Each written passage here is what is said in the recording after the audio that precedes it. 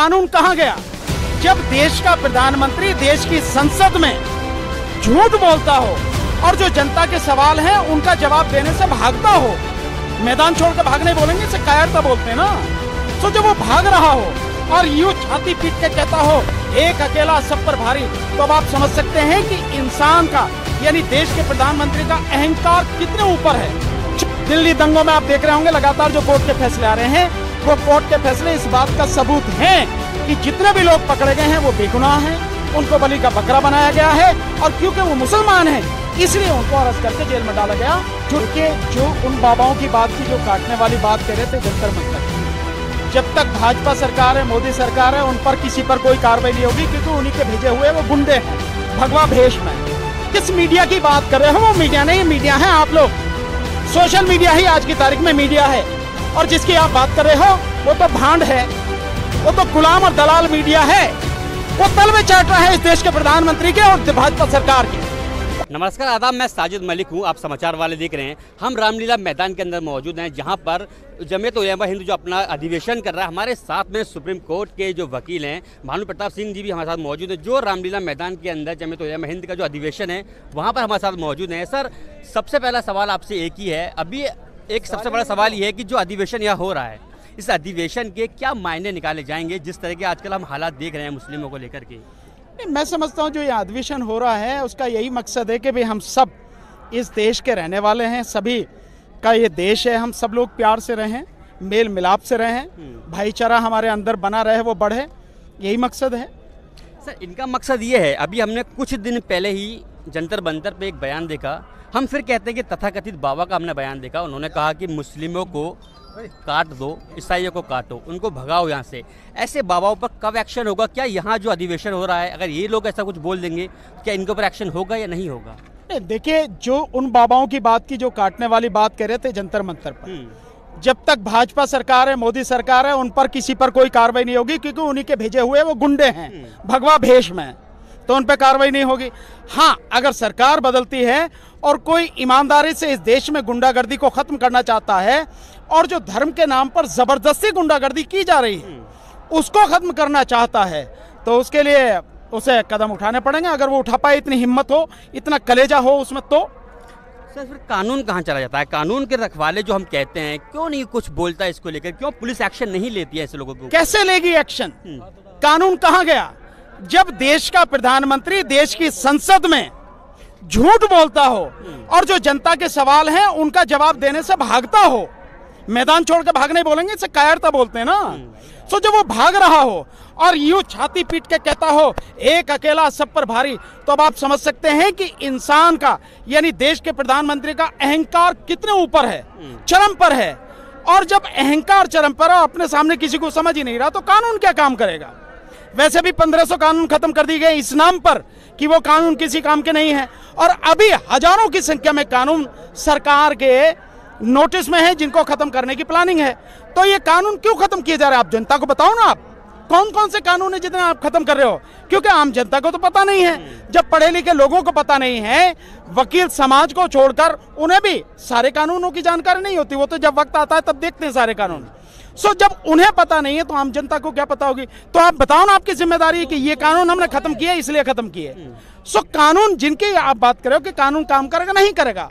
जब देश का प्रधानमंत्री ही इस देश में गुंडागर्दी फैलाने में लगा हो, तब कहां से किसी के खिलाफ कानून के अनुसार कार्रवाई होगी? कार्रवाई उनके खिलाफ होगी जो मोदी सरकार के खिलाफ बोलेंगे, जो बीजेपी के सरकार के खिलाफ बोलेंगे, उनके खिलाफ। कानून अपनी सारी चीजों को छोड़कर जबरदस्ती करता है, झूठे मुकदमे लिखवाता है, झूठी एफआईआर करवाता, गिरफ्तार करता है और जेल में डाल देता है। दिल्ली दंगों में आप देख रहे होंगे लगातार जो कोर्ट के फैसले आ रहे हैं, वो कोर्ट के फैसले इस बात का सबूत हैं कि जितने भी लोग पकड़े गए हैं वो बेगुनाह हैं, उनको बलि का बकरा बनाया गया है और क्योंकि वो मुसलमान हैं इसलिए उनको अरेस्ट करके जेल में डाला गया, झूठी एफआईआर और फर्जी इन्वेस्टिगेशन। तो क्या मायने निकाले जाएं इसके कि जब तक सरकार रहेगी मुस्लिमों पर ऐसे ही अत्याचार होता रहेगा? ये बाबा केवल मुस्लिमों पर नहीं, केवल मुस्लिमों पर नहीं, मुसलमान को सामने रखा हुआ है ताकि बाकी सबको हिंदू बने रहने का धोखा दिया जा सके। लेकिन अब तो साफ कह दिया, जो गुंडे बाबा की आप बात कर रहे हो कि मुसलमान और ईसाइयों को काटो, केवल मुसलमान ईसाई नहीं, इसके साथ साथ में शेड्यूल कास्ट शेड्यूल ट्राइब्स यानी आदिवासी, साथ में ओबीसी, इन सबको तबाह करने की प्लानिंग है। इस देश के 110 करोड़ से लेकर 120 करोड़ लोग हैं, उनको गुलाम बनाने की, उनके सारे नागरिक अधिकार छीनने की ये घिनौनी साजिश है। और ये जितने भी बाबा हैं, ये भगवा वेश में जो हैं, ये बीजेपी के पाले हुए गुंडे हैं और उनको जब इस्तेमाल करने की जरूरत होती है तब उन्हें कह दिया जाता है आगे बढ़ो। ये अब क्यों बोल रहे हैं, अचानक क्यों टर टर करने लगे? जैसे ये हुआ, लाला रामदेव हुआ, क्यों? क्योंकि अडानी के मामले पर सरकार चारों तरफ से घिर चुकी है, उसके पास जवाब नहीं है। इसलिए अब इस मुद्दे को खत्म करने के लिए इन सब लोगों को काम पे लगाया कि तू कर भाई काम, तू ये शुरू हो जा, तू ये शुरू हो जा। वो उसलिए सब सारी चीजें कर रहे हैं। सर एक सवाल और आपसे है कि लगातार ये जिहादी बोला जाता है मुसलमानों को कि वो जिहाद कर रहे हैं, जिहाद फैला रहे हैं, नफरत फैला रहे हैं। आप भी यहाँ पर आ चुके हैं अधिवेशन के अंदर, ऐसा ना हो कि आपके ऊपर भी कुछ उंगली उठानी शुरू कर दें? मुझे इनसे कोई फर्क नहीं पड़ता। आप उंगली उठाने की बात करो, मुझे तो जान से मारने की धमकी लगातार आती है, इससे क्या फर्क पड़ता है? ये कीड़े मकोड़े हैं जो टेंटे बोलते रहते हैं, जब सामने आएंगे, कलेजा सामने आएगा तब पता लगेगी, जब आमने सामने आएंगे तब पता लगेगी। ये सब होती हैं और ये सारे के सारे ये आईटी सेल के तनखैया कीड़े हैं बीजेपी के, जो ये सब कुछ कर रहे हैं। इनमें दम नहीं है। अगर सरकार इनकी जिस दिन चली जाएगी, ये किन बिलों में घुस जाएंगे आपको पता भी नहीं लगेगी, ढूंढे नहीं मिलेंगे। ये इतनी ही औकात है इनकी।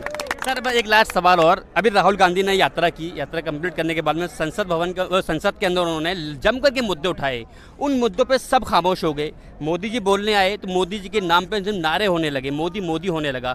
क्या अब ऐसा नहीं लगता कि अब जो संसद है उसका मजाक बन के रह गया है हर जगह पर? नहीं, निश्चित रूप से संसद का मजाक बना दिया गया और संसद में जिस तरह की गुंडागर्दी सरकार के द्वारा की जा रही है और प्रधानमंत्री के द्वारा उसकी जो अगुवाई की जा रही है, देश के लिए बहुत ही दुखद है। आप ये देखिए कि प्रधानमंत्री का काम क्या है।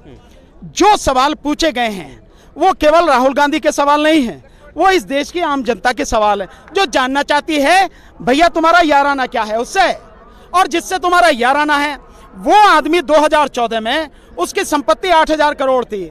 आज जब हम खड़े हैं, ये सब कुछ होने से पहले, हिंडनबर्ग की रिपोर्ट आने से पहले, वो संपत्ति 12,70,000 करोड़ पार कर गई। कैसे बढ़ी?